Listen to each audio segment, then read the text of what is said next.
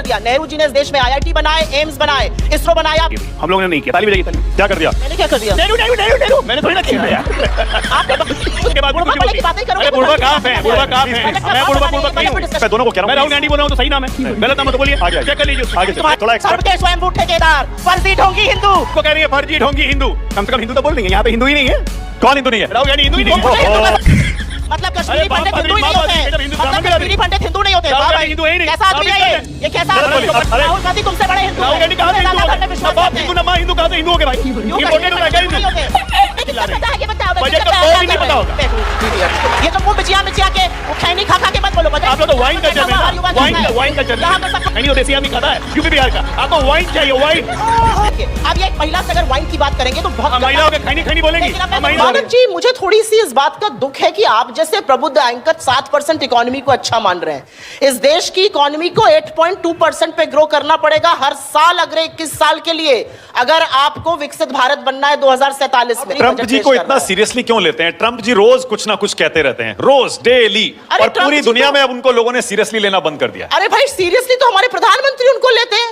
अब की बार ट्रंप सरकार, हाउडी मोदी, नमस्ते ट्रंप, भक्तगण यहाँ पर हवन करा रहे थे, यज्ञ करा रहे थे, पूजा पाठ कर रहे थे कि ट्रंप जी इलेक्ट करें। तो जब ट्रंप जी बन गए माय फ्रेंड डोनाल्ड ट्रंप, हम थोड़ी कहते हैं। और ये भी तो सच है ना कि उनके टैरिफ्स के बावजूद हम लोग झुके नहीं। ये भी तो सच है ना, आज तक टैरिफ हमारे ऊपर लगे हुए हैं, इकोनॉमी हमारी 7+ से जा रही है, और चुनाव पे चुनाव ये सरकार जीतती जा रही है, बीजेपी जीतती है। ये सरकार और बीजेपी रूलिंग पार्टी सारे चुनाव जीत रही है। उनको पता है कि जनता हमारे साथ है, जनता का विश्वास है सरकार में। क्या करूं मैं, मर जाऊं? कि आप इकोनॉमी बहुत अच्छे से समझते हैं। जितने टाइम हम यहाँ पर हैं, मुद्दों पर चर्चा हो, डर करके आक्षेप लगाने का क्या मतलब? ठीक है, तो फिर मुद्दों पर ही हो जाए। मैं कह रहा हूं, आपके नेता डेड इकोनॉमी बोल रहे थे डोनाल्ड ट्रंप के बोलने के बाद। आप इकोनॉमी समझती हैं, थोड़ा आज अपने दर्शकों के लिए बता दीजिए ना, देशवासियों के लिए, डेड इकोनॉमी है क्या? मैं आपको बताती हूं डेड इकोनॉमी क्या है। डेड इकोनॉमी ये है कि जो सरकार की रेवेन्यू रिसीट है, जो सरकार का राजस्व आता है, सरकार के स्रोत ऑफ इनकम होते हैं, सरकार का राजस्व आता है। 2025-26 में सरकार का जो राजस्व था वो 78,000 करोड़ घट गया, कटौती करनी पड़ गई। क्यों घट गया? क्योंकि ये slow down in the economy है। अभी बता है भाई, अभी बता है। विडंबना ये है कि आप लोग यहां सब कोई बैठे हुए हैं, नोएडा में रहते हैं, गाजियाबाद गए आप लोग? गाजियाबाद जाते समय बगल में कूड़े का पहाड़ देखा है? बदबू मारता है ना? अरब का इत्र ला के भी डाल दीजिएगा उस कूड़े के पहाड़ पे, क्या सुगंधित हो जाएगा? नहीं होगा। तो जिसकी जैसी वाणी बजट पे, उसकी वैसी भाषा वैसे भाव, उसमें क्या जवाब देना है? 16.5 लाख करोड़ का बजट था यूपीए का 2014-15 का। आज वो बजट बढ़ के हो गया है 53,54,000 करोड़। कितने गुने बढ़ा? 3.5 गुने। और हमारी इकोनॉमी डेड इकोनॉमी है। और मुझे ऐसे पार्टी से बहस करना पड़ता है क्योंकि उनके नेता इस देश की इकोनॉमी को डेड इकोनॉमी कहते हैं, और प्रवक्ता मैडम उसको जस्टिफाई करती हैं कि डेड इकोनॉमी कैसे।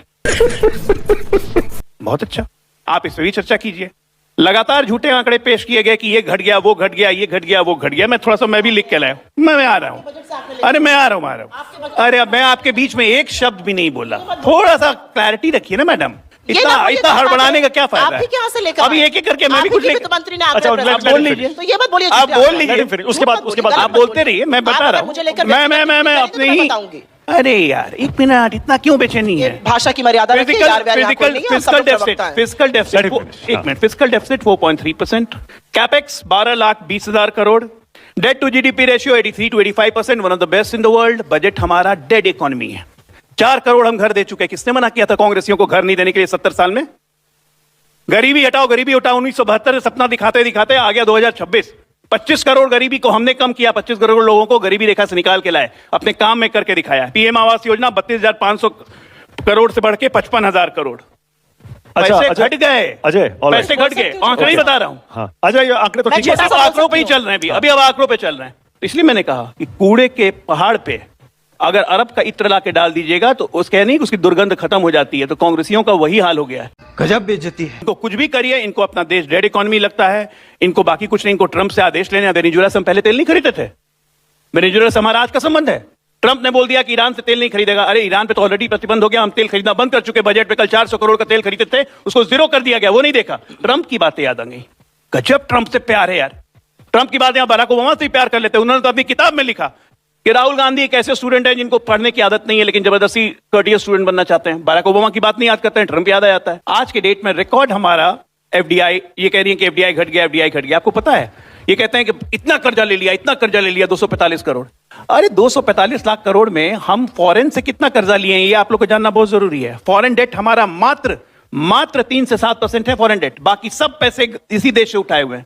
ये नहीं बताती हैं ये लोग कभी कि 245 लाख करोड़ का कर्जा हो गया। अरे 245 लाख करोड़ का कर्जा हो गया, हम विदेशों से कर्जा ले ही ले रहे हैं। अच्छा, हमारी अपनी संस्थाएं इतनी मजबूत हैं। अब दूसरी तीसरी चीज एक और बता के खत्म करता हूं। सिंपल बात है कि बेसिक फाउंडेशन इस देश की इकोनॉमी की बहुत स्ट्रांग है। इस देश की इकोनॉमी बहुत अच्छे से बढ़ रही है, हर लोग को फायदा हो रहा है। पर कैपिटा इनकम दुगने से ज्यादा हो चुका है पिछले 10 साल में। 25 करोड़ लोग गरीबी से बाहर निकल के आ चुके हैं।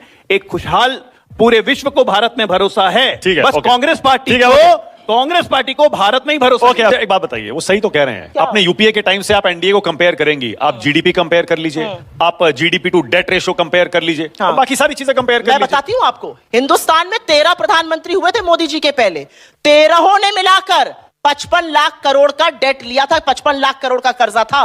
मोदी जी उसको 245 लाख करोड़ पर अकेले ले आए। 165 लाख करोड़ उन्होंने अकेले कर्जा लिया। ये मोदी जी का कीर्तिमान है। देखिए आप लोग एक बात से तो सहमत हो गए होंगे ना, नेहरू का मजाक हम लोग नहीं उड़ाते हैं, नेहरू को गाली भी हम लोग नहीं देते हैं, नेहरू को कैरिकेचर भी हम लोग नहीं करते हैं। मैडम ने कर दिया, इसके लिए इनकी ताली बजाइए भाई। हम लोग ने नहीं किया, ताली बजाइए, ताली बजाइए। क्या कर दिया? मैंने क्या कर दिया? नेहरू नेहरू नेहरू नेहरू मैंने थोड़ी ना किया यार। बजट का एक शब्द पढ़ा है। आप मुझे नेहरू पे बात कर रही हैं। अरे नेहरू नेहरू आपने किया, मैंने थोड़ी ना किया। आपने बजट का नेहरू नेहरू मैंने नहीं किया भाई। बजट का एक आंकड़ा माना नहीं देखिए, ये दुखती रख पे हाथ, दुखती रख पे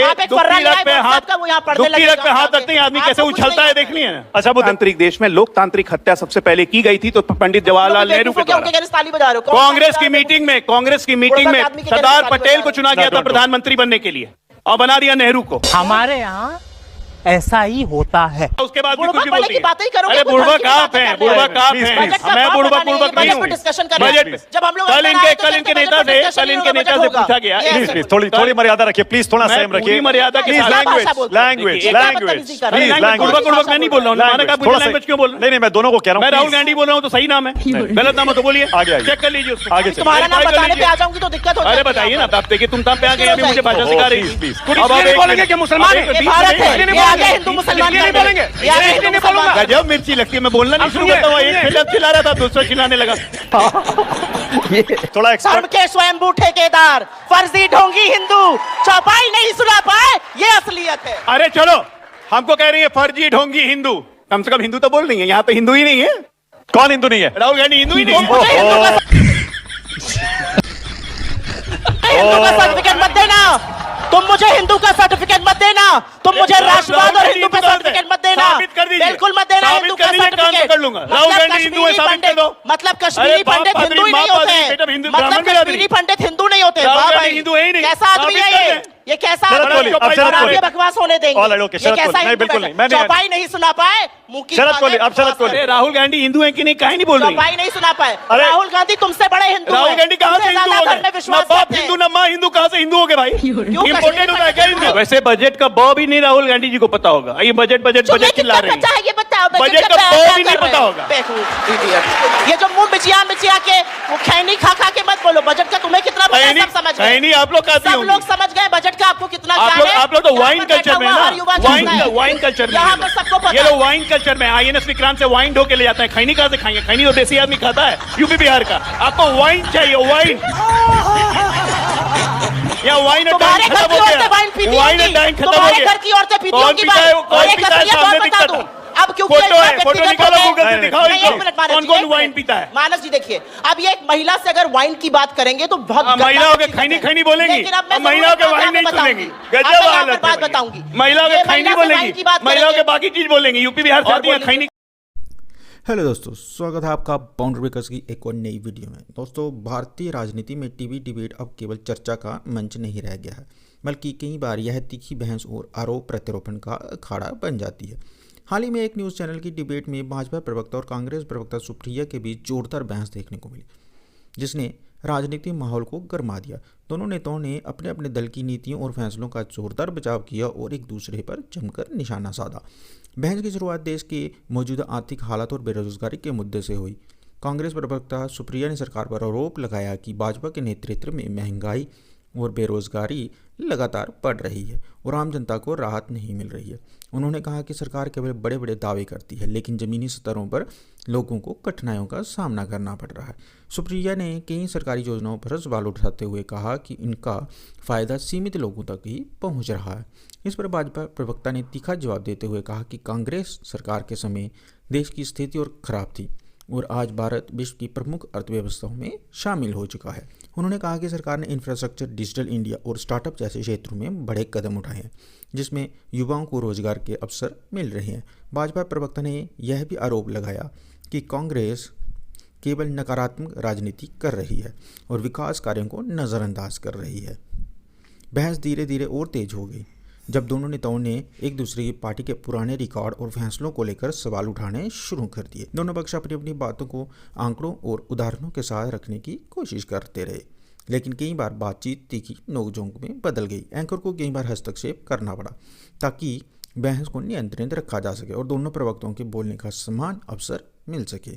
हालांकि दर्शकों के लिए यह बहुत ही काफ़ी दिलचस्प रही, क्योंकि इसमें राजनीतिक मुद्दों के साथ साथ दोनों नेताओं की आक्रामक शैली भी देखने को मिली। इस डिबेट ने एक बार फिर दिखाया कि भारतीय राजनीति में विचारों का टकराव कितना गहरा है। जहां भाजपा अपने विकास कार्यों और उपलब्धियों को सामने रखती है, वहीं कांग्रेस सरकार की नीतियों और फैसलों पर लगातार सवाल उठाती है। ऐसे ही मज़ेदार वीडियोस को देखने के लिए बाउंड्री ब्रेकर्स को सब्सक्राइब करें। मिलते हैं आपसे अगली वीडियो में, तब तक के लिए नमस्कार।